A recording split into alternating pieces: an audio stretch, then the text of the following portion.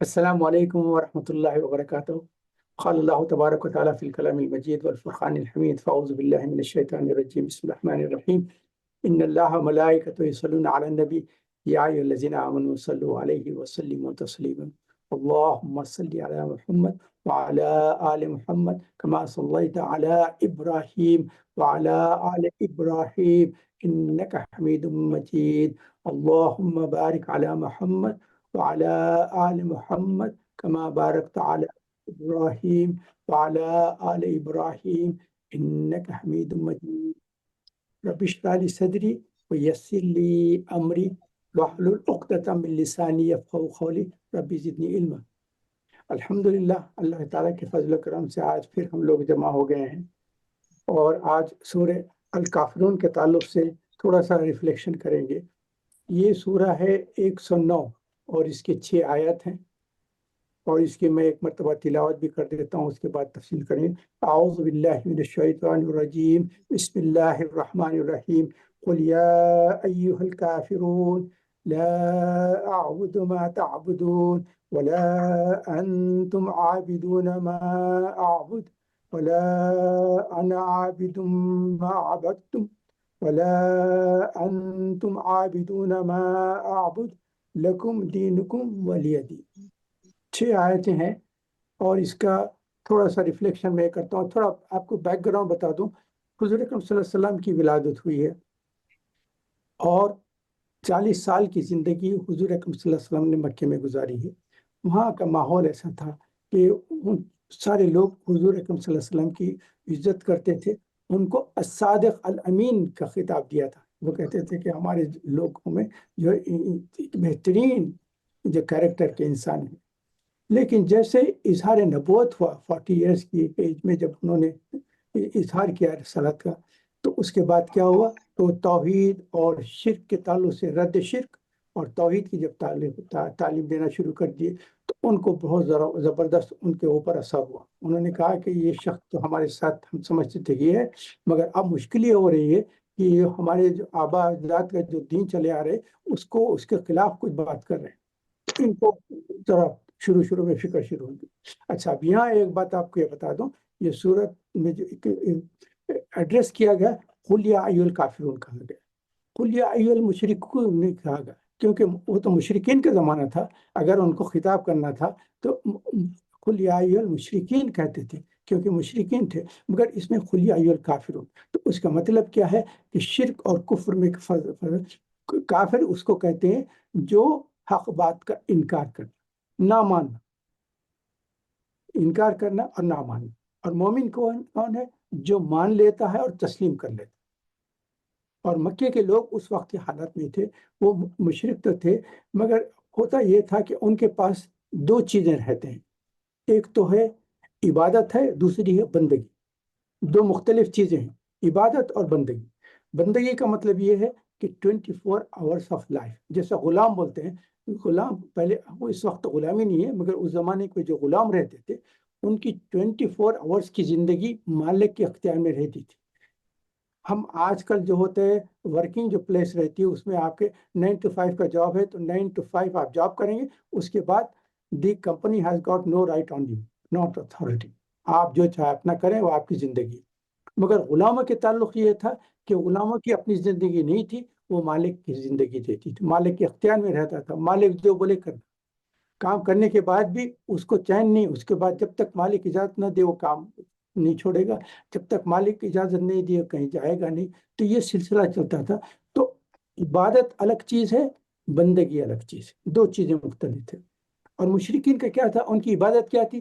وہ جا کے بتوں کی پوجا کرتے تھے، یا ان کا جو حج بھی جو ہوتا تھا نا، وہ بنانا کرتے تھے، اور کچھ ذکر کے بجائے تھالیاں پھیرتے تھے، پکارتے تھے، یہ کرتے تھے۔ یہ اس قسم کا وہ ان کی عبادت تھی۔ اس کے علاوہ جو ان کی زندگی تھی، وہ جس کو ہم بندگی کہتے ہیں، وہ بندگی کچھ نہیں تھی، وہ ان کا اپنا فریڈم تھا، جو چاہے کر لیں، جو رولس ریگولیشن جو چاہے بنا لیں۔ مگر یہاں 2 چیزیں جو ہے، ایک تو عبادت ہے اور بندگی جو سپریٹ ہے۔ تو ابتدا میں جب حضور اکرم صلی اللہ علیہ وسلم نے دعوت دی تو انہوں نے مذاق اڑانا شروع کر دیا۔ وہ کہے کہ یہ ایک شخص کیا بتا رہا ہے، کچھ نہیں۔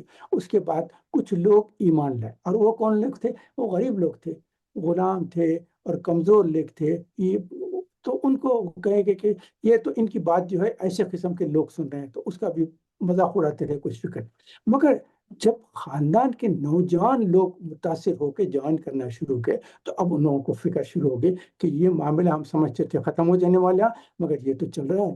تو اس کے بعد کیا کہہ رہے حضور اکرم صلی اللہ علیہ وسلم کو کہنا شروع کر دیے کہ یہ نعوذ باللہ، یہ کاہن ہے، یہ ساحر ہے، نعوذ باللہ یہ مجنون ہے، اور اس سے ایسے چیزیں بتانا شروع کر دی۔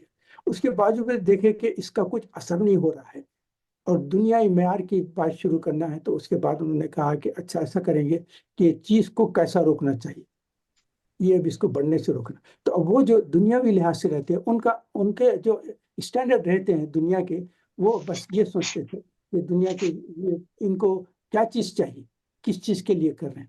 تو انہوں نے کہا کہ بھئی یا تو دولت چاہیے، یا حکومت چاہیے، یا نعوذ باللہ کوئی عورت چاہیے۔ اس کو ہم اردو میں کہتے ہیں زن، زر، زمین، سب ز سے ہے۔ زن عورت کو کہتے ہیں، زر دولت کو کہتے ہیں، زمین حکومت کو کہتے ہیں۔ زن زمین، تو انہوں نے ان کے کہا کہ بس یہ تینوں چیز، سارے لوگ کوشش کیا کرتے ہیں، یہ تینوں چیزوں کے لیے کرتے ہیں۔ تو کہا کہ چلو اچھا ہے، ہم ابو طالب کے پاس جائیں گے، جا کے ان سے کہیں گے کہ دیکھو آپ اپنے بھتیجے کو بلائیں، بیٹھے بات کریں۔ تو اس وقت یہ جو کریم تھے، جو چوٹی کے مشرکین تھے نا، جن کے پاس طاقت و قوت تھی، سب تھی، ابو طالب کے پاس آ کے کہے کہ بھئی ذرا آپ کے بھتیجے کو بلا، ہم بات کرنا چاہ رہے ہیں اور آپ یہ سارا سمجھائیں۔ تو ابو طالب نے حضور صلی اللہ علیہ وسلم کو سمجھانا شروع کر دیا کہ بیٹو اگر تم کو دولت چاہیے تو یہ لوگ کہہ رہے ہیں کہ مال و دولت کے انبار لگا دیں گے، حکومت چاہیے تو وہ کہتے ہیں کہ ہم کسی کو بادشاہ نہیں مقرر کرتے، لیکن اگر حکومت چاہتے ہیں تو آپ کو ہمارا بادشاہ بنے، یا اگر آپ کو کوئی عورت پسند ہے آپ بتا دیں کون ہے، ہم آپ کے لا کے وہ عورت کو آپ کے قدموں میں ڈال دیں۔ حضور اکرم صلی اللہ علیہ وسلم نے کہا کہ چچا جان، میرے ہاتھ میں اگر ایک میں سورج ایک میں چاند بھی لا دیں تو میں جو دعوت کا کام ہے ختم کرنے والا نہیں۔ تو اس کے بعد چلے گئے۔ اس کے بعد ابو طالب نے بتا دیا کہ دیکھو آپ جو کوشش کر رہے ہیں، میرا بھتیجا اس چیزوں کو مانے۔ تو انہوں نے کہا کہ اچھی بات ہے۔ جب دیکھے کہ معاملہ ہمارے کنٹرول سے چلے جا رہے، تو پھر اس کو بولتے ہیں نا، اپنا جو فیصلہ بدلنا، جو اپنا وہ ایک معیار تھا نا، اس کو بدلنے کی کوشش کی۔ اب دنیاوی معیار کی بات شروع کر دی۔ جیسے دنیا میں کیا ہوتا ہے، بازار میں کیا ہوتا ہے، بارگیننگ چکانا ہوتا ہے نا۔ آپ کو معلوم ہے حیدرآباد میں جاتے ہیں، آپ کوئی چیز خریدنے چاہتے ہیں، وہ دکان والا بولتا ہے اتنے کی ہے، تو آپ اتنے پیسے دے کے کوئی نہیں خریدتا، وہ کہتے ہیں کہ نہیں بھائی وہ اتنی تو بہت مہنگی ہے، میں تو اس کو کچھ کم کرو۔ اس سے کہتا ہے اچھا تھوڑی سی کم، تو وہ کہیں نہیں نہیں اس سے کم۔ اس کے بعد ایسے کر کے آپ آخر میں اگر بالکل اگر لینا ہے نہیں لینے پہ ہے تو آپ لاسٹ دے دیتے ہیں کہ بھئی اتنے میں اگر بیچتے ہیں تو لیتا ہوں، نہیں تو میں چلے جاتا ہوں۔ تو یہ بارگین ہوتا ہے، اس کو بارگین کہتے ہیں، چکانا بولتے ہیں۔ تو انہوں نے کیا کیا، اپنا پانسا بدل دیا، بدل کے حضور اکرم صلی اللہ علیہ وسلم کے پاس کہا کہ ایسا کریں گے نا، اب آپ نہ ہم کو ہماری بات مان رہے ہیں کچھ نہیں، تو ایک ایسا کریں گے کہ ایک فلیکسیبلٹی کریے، کچھ ایسا جیسا بازار میں ہوتا ہے نا، گیو اینڈ ٹیک کی بات کریں گے، گیو اینڈ ٹیک۔ تو یہاں دو باتیں پڑھیں گے۔ انہوں نے کہا کہ دیکھو ایسا کریں گے، ایک سال جو ہے آپ جو توحید کر رہے ہیں نا، بس توحید کی کر دیں گے ہم، جو ہے آپ کے اللہ کی جو کرنا ہے نا، آپ کہتے ہیں کہ اللہ ایک ہے اور اسی کی توحید کرو، بس ہم اسی کی کریں گے، بتوں کو بالکل نہیں پوجیں گے۔ لیکن دوسرے سال آپ ایسا کرو، آپ ہمارے جو بتاں ہیں ان کی پوجا کرو۔ تو ایسا 1 ایئر کمپرومائز کر لیں گے، ایک سال ہم آپ جیسا بول رہے ہیں سنیں گے، دوسرا سال ہم جیسا بول رہے ہیں آپ سنیں، پھر تیسرا سال ایسا آلٹرنیٹ ایسا رہے گا کہ ایک سال آپ کی ایک سال ہماری۔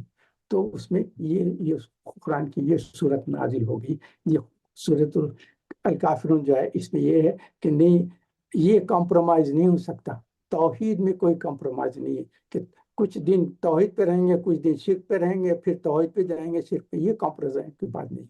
تو عبادت کے تعلق سے یہ تھا، اور بندگی کیا ہے، میں نے جیسا بن رہا ہے نا کہ 24 آورس آف لائف وہ بدلنا ہے۔ تو حضور صلی اللہ علیہ وسلم نے کہا ہے کہ دونوں چیزیں بدلنا ہے، عبادت بھی بدلنا ہے، بندگی بھی بدلنا ہے۔ عبادت تو صرف اللہ کی کرنا ہے، اور بندگی کیا ہے، 24 آورس کی اب جو لائف ہے نا، آپ کی چیزیں سارے بدلنا پڑے گا۔ کہ صبح سے شام تک آپ کیا کام کرتے ہیں، غریبوں کے ساتھ کیسا کرتے ہیں، یتیموں کے ساتھ کیسا کرتے ہیں، پڑوسیوں کے ساتھ کیسا کرتے ہیں، اور جو مجبور و محتاج ہیں ان کے ساتھ کیسا کرتے ہیں، جو دولت مند ہے ان کے رولس اور ریگولیشنس الگ ہیں، جو غریب ہیں ناچار ہے ان کے لیے ڈفرینٹ ٹائپ آف رولس ہیں۔ تو یہ نہیں، سب کے ساتھ ایکویلٹی ہونا چاہیے، سارے اللہ تعالیٰ کی مخلوق ہے، سارے لوگوں کے ساتھ وہی اسی قسم کی عبادت کرنا چاہیے۔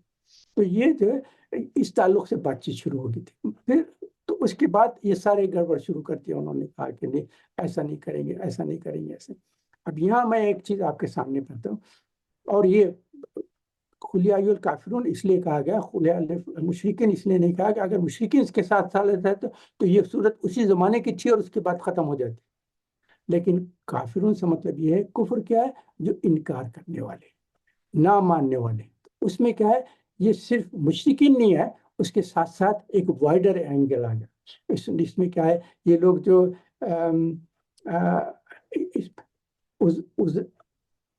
عزیر جو تھے ان کو ابن اللہ بنا کر دے، تو یہ چیز نہیں۔ مسیح علیہ السلام کو ان کو بھی ابن اللہ کہنا شروع کر دیا۔ وہ اس کے بعد تورات میں کیا تھے؟ وہ اللہ تعالیٰ کے تعلق سے ان کا اللہ تعالیٰ کا اسٹینڈرڈ کیسے گرا کے شروع کرتے ہیں۔ انہوں نے کہا کہ اللہ تعالیٰ نے 6 دن میں تخلیق جو کی ہے، اس کے بعد 7 دن ایسا تھا کہ 6 دن کی تخلیق کے بعد وہ اتنے تھک گئے تھے نعوذ باللہ کہ ایک دن ان کو کمپلیٹ ریسٹ لینا پڑا۔ یہ تورات میں بتایا گیا، جو اللہ تعالیٰ کے تعلق سے نہیں ہے۔ کہ ہم آیت الکرسی پڑھتے ہیں نا کہ اس میں اللہ تعالیٰ کو نہ نیند آتی ہے نہ اونگ آتا ہے، یہ ساری چیزیں۔ تو خالق کا مقام بہت بہت نچلا کر دیا گیا تھا۔ بیٹے بنانا شروع کر دیا، کسی کو کہا کہ یہ ان کی بیوی ہے، اور کسی کو کہا کہ یہ ان کے بچے ہیں۔ فرشتوں کو کہتے تھے کہ ان کے یہ فرشتے جو ہیں ان کی بیٹیاں ہیں، نعوذ باللہ۔ اور آپ تورات میں دیکھے جائے تو کیا ہے؟ مجھے استغفر اللہ ہنسی بھی آتی ہے، تورات میں ہوتا ہے کہ یعقوب علیہ السلام نعوذ باللہ اللہ تعالیٰ سے کشتی لڑے ہیں، جس میں نعوذ باللہ اللہ تعالیٰ یعقوب علیہ السلام کو گرا نہیں سکے۔ کیسی بات ہے دیکھ، یعنی اللہ کا مقام کیسا ہے، اور یہ لوگ اس قسم کی باتیں کرتے ہیں۔ تو ہمارے کو یہ چاہیے کہ یہ کافرون کا جو ہے، کافرون کا مطلب یہ ہے کہ انکار کرنے والے اور نہ ماننے والے، اور مومن کیا ہے؟ مان لینا اور تسلیم کرنے والے۔ تو اب یہ خطاب جو ہے یہ صرف مشرکین کے تعلق سے نہیں تھا، یہ کافرون کے تعلق سے آ گیا۔ جتنے بھی لوگ اللہ تعالیٰ کے تعلق سے کفر کر رہے ہیں، اللہ تعالیٰ کا مقام کو نہیں مان رہے ہیں، اور دوسرے حضور اکرم صلی اللہ علیہ وسلم کی جو رسالت کو نہ مانے، ان کو ہم کافر کہتے ہیں۔ جو کفر کا مطلب نہ ماننا۔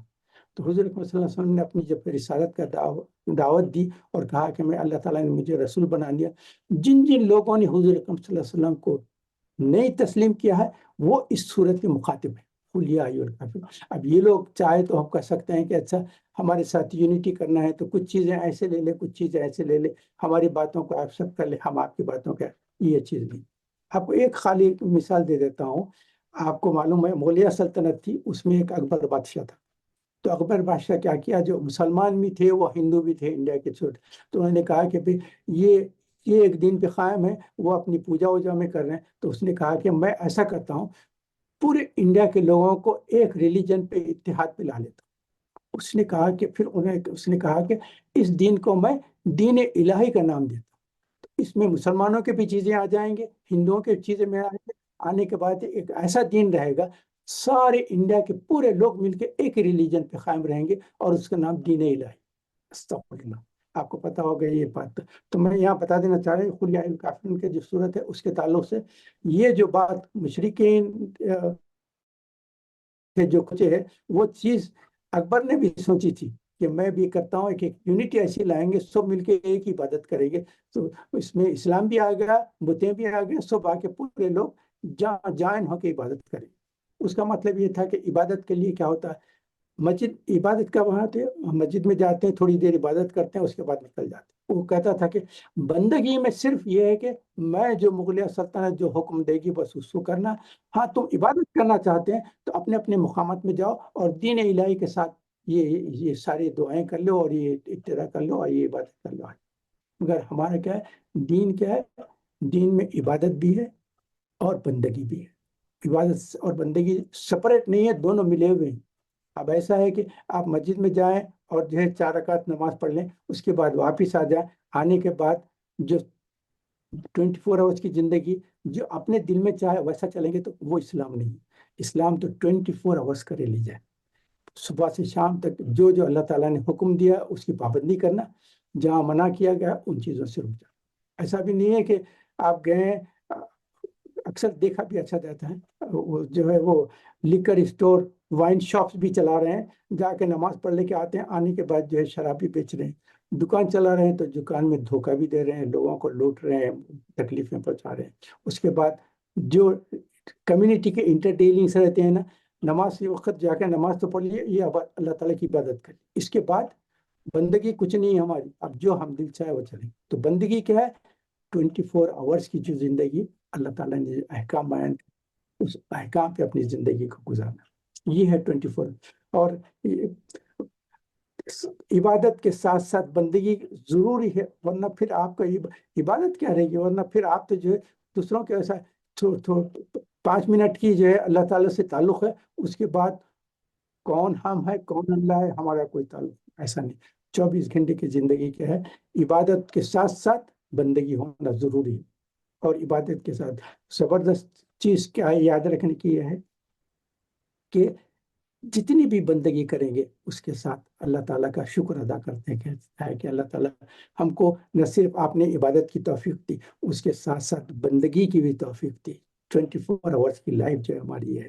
اور بندگی بہت بہت امپورٹنٹ ہے، کیونکہ عبادت تو اپنی جگہ ہے، وہ تو کرنا ضروری ہے، اس میں تو کچھ نہیں، مگر 24 آورس کی جو لائف ہے، جو بندگی ہے نا، وہ بھی ہم کو ایسی گزارنا چاہیے کہ آپ کی زندگی بھی بندگی بن جائے.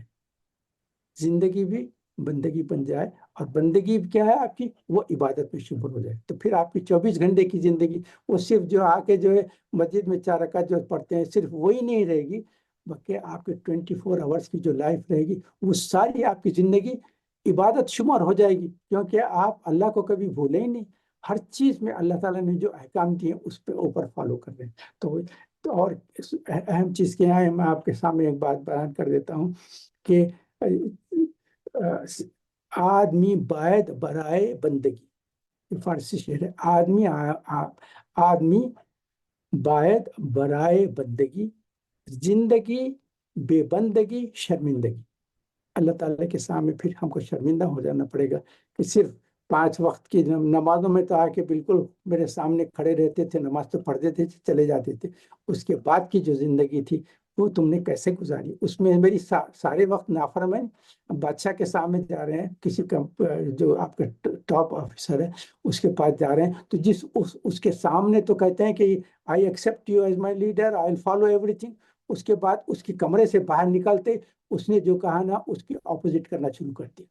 اس کے بعد پھر تھوڑی دیر بعد اس کے پاس جا رہے ہیں، جا کے بول رہے ہیں کہ میں آپ کی ہر چیز سن رہا ہوں، اور باہر جاتے ہیں جا کے نافرمانی کرتے ہیں. تو آپ سوچیں وہ آدمی جو آپ کا ڈائریکٹر ہے اس کو پتہ چل جائے تو وہ آپ سے خوش رہے گا، ناراض ہو جائے گا؟ وہ کہے گا تم میرے سامنے آ کے تو کہتے ہیں کہ تم مجھے مانتے ہو، اور جیسے میری کمرے سے باہر جاتے ہیں بالکل میں جو بنا ہے اس کا اپوزٹ کام کرتے ہو، اور پھر میرے سامنے آ کے کہتے ہیں کہ میں آپ کی بات سن رہا ہوں، اور جیسے باہر جاتے ہیں پھر نافرمانی. تو آدمی باید برائے بندگی، زندگی بے بندگی شرمندگی. اور ایک غالب کا ایک شعر ہے وہ بھی سنا کے ختم کرتے رہتا ہوں. وہ کہتے ہیں کہ جان، انسان کیا کرتا ہے؟ سب سے اہم چیز کیا ہے؟ اس کی جان ہے. دولت بھی چلے جائے گی، مال بھی چلے جائے، خاندان بھی چلے جائے، سب اس کی آخری چیز کی زندگی ہے. اس کی اپنی زندگی اگر ختم کرتے، وہ شہادت چلے جائے، اپنے آپ کو ختم کرتے، تو اس کے ساتھ مرزا غالب نے کہا ہے جان دی، اپنی جان بھی دے دی، جان دی ہوئی اسی کی تھی. ہم نے اب جو جان دے دی نا، جان دی ہوئی اسی کی تھی، حق تو یہ ہے کہ حق ادا نہ ہو. جان بھی کون دی؟ اللہ نے دی تھی نا، اللہ کی دی ہوئی جان تھی تو وہ آپ نے ختم کر دی. تو آپ نے کچھ نعوذ باللہ کسی پہ احسان نہیں کیا، وہ تو اللہ کا حق تھا آپ پہ، اور جان دی ہوئی اسی کی تھی، حق تو یہ ہے کہ حق ادا نہ کیا. سورۃ الکافرون کے تعلق سے یہ کچھ پوائنٹس بتایا ہوں میں، غور و فکر کریں، انشاءاللہ اس کی تلاوت بھی کریں، ترجمے میں بھی جائیں، اور کچھ تفسیر بھی دیکھنا. تو اس کے تعلق سے کچھ باتیں، دو تین باتیں ختم بتا کے برقرار کر دوں. احادیث کی کتابوں میں مختلف احادیث کی کتابیں ہیں، صحیحین میں ہے، بخاری میں ہے، مسلم میں ہے، اور ترمذی، ابن ماجہ، ایسے بہت ساری کتابوں میں یہ چیز آئے ہیں. یہ ہے کہ حضور اکرم صلی اللہ علیہ وسلم فجر سے پہلے کی جو دو رکعت سنتیں تھے اس میں قل یا ایھا الکافرون قل هو اللہ احد پڑھا کرتے تھے. یہی چیز مغرب کے بعد کی بھی جو دو رکعت ہیں ان میں بھی قل یا ایھا الکافرون قل هو اللہ احد پڑھتے تھے. اور آپ کو پتا ہے نا جب عمرے کے لیے جاتے ہیں تو عمرے کے لیے جو دو رکعت پڑھتے ہیں اس میں کیا کرتے ہیں؟ پہلی رکعت میں قل یا ایھا الکافرون، دوسری رکعت میں قل هو اللہ. اس کے ساتھ ساتھ حضرت صلی اللہ علیہ وسلم فرماتے ہیں کہ حضرت عبداللہ بن عباس رضی اللہ تعالیٰ عنہ، انس بن مالک رضی اللہ تعالیٰ عنہ، اور زید بن حارثہ کے بھائی تھے، وہ بھی ان سے بھی یہ حدیث مروی ہے تاکہ ان کے نام کیا حضور اکرم صلی اللہ علیہ وسلم سونے سے پہلے قل یا ایھا الکافرون برابر پڑھا کرتے تھے. اور زید بن حارثہ کی بات کرتے ہیں، اس کا انہوں نے کہا کہ حضور اکرم صلی اللہ علیہ وسلم سوتے وقت جب بستر پہ لیٹ جائیں گے نا اس وقت قل یا ایھا الکافرون پڑھنا، کیونکہ یہ سورت جو ہے شرک سے آپ کو بچاتی ہے. تو یہ یاد رکھیں. ویسے تو آپ کو پتہ ہے نا سونے سے پہلے جو ہے چاروں قل پڑھ کے سویا کرنا ہے. آپ کو قل یا ایھا الکافرون بھی ہے، قل هو اللہ احد ہے، اور معوذتین قل اعوذ برب الفلق قل اعوذ برب الناس، یہ بھی پڑھنا ضروری ہے. یہ پڑھ کے ہمیشہ سونے سے پہلے ہمیشہ یاد کر لیں. تو آج کی سورہ الکافرون کے تعلق سے میں جو ہے تفسیر ختم کرتا ہوں. ریفلیکشنز کیا ہوں میں تفصیل کے ساتھ، آپ ضرور اس کی تلاوت کریں، معنوں پہ غور کریں. سبحانک اللہم و بحمدک نشہد ان لا الہ الا انت نستغفرک ونتوب الیک. سبحان ربک رب العزت عما یصفون وسلام علی المرسلین والحمد للہ رب العالمین. اللہ تعالیٰ ہمارا یہاں بیٹھنا کہنا سننا اس کو قبول فرمائے. ہم سے جو کوتاہی ہو گئی اللہ تعالیٰ اپنی رحمت کے طفیل معاف کر دیں. بغفر وارحم وانت خیر الراحمین. اللهم صل على محمد وعلى ال محمد كما صليت على ابراهيم وعلى ال ابراهيم انك حميد مجيد. اللهم بارك على محمد وعلى ال محمد كما باركت على ابراهيم وعلى ال ابراهيم. السلام علیکم ورحمۃ اللہ وبرکاتہ.